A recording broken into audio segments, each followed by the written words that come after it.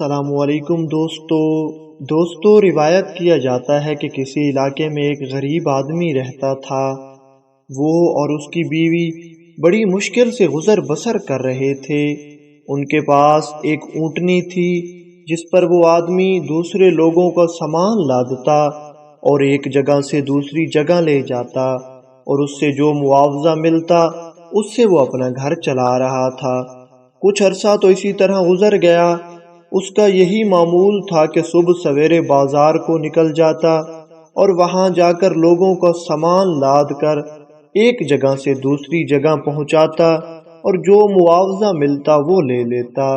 ایک دن جب وہ بازار جانے کے لیے اونٹنی کے پاس آیا تو دیکھ کر حیران ہو گیا کہ اس کی اونٹنی وہاں موجود نہیں تھی۔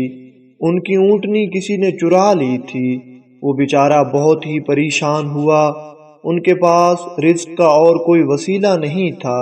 اس کی بیوی حضور غوث اعظم رحمۃ اللہ علیہ کی مریدنی تھی اور آپ سے بہت زیادہ عقیدت رکھتی تھی۔ اس کی بیوی نے اسے مشورہ دیا کہ حضور غوث اعظم رحمۃ اللہ علیہ کے پاس چلے جاؤ اور ان سے اپنا مسئلہ عرض کرو۔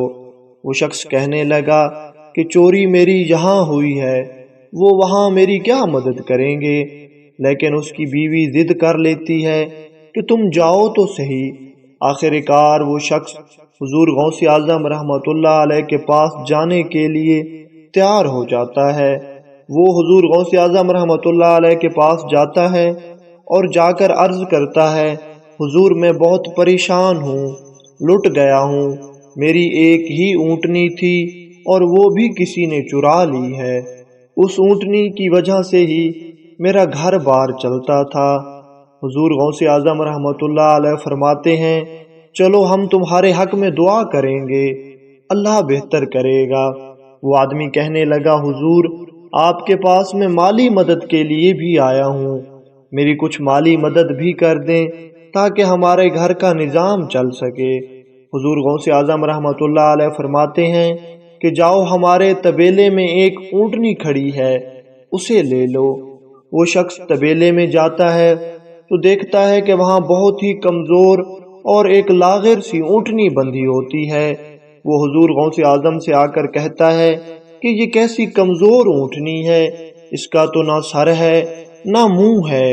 حضور غوث اعظم رحمۃ اللہ علیہ جلال میں آ جاتے ہیں اور اسے کہتے ہیں کہ جاؤ، وہاں ایک اور اونٹنی کھڑی ہے، وہ لے لو۔ وہ شخص جاتا ہے، لیکن جیسے ہی وہ شخص طبیلے میں جا کر دیکھتا ہے تو دیکھ کر حیران رہ جاتا ہے کہ وہاں ایک سرکٹی اونٹنی کھڑی ہوتی ہے جس کا سر اور منہ تو نہیں ہوتا، لیکن اس کے جسم میں حرکت ہو رہی ہوتی ہے۔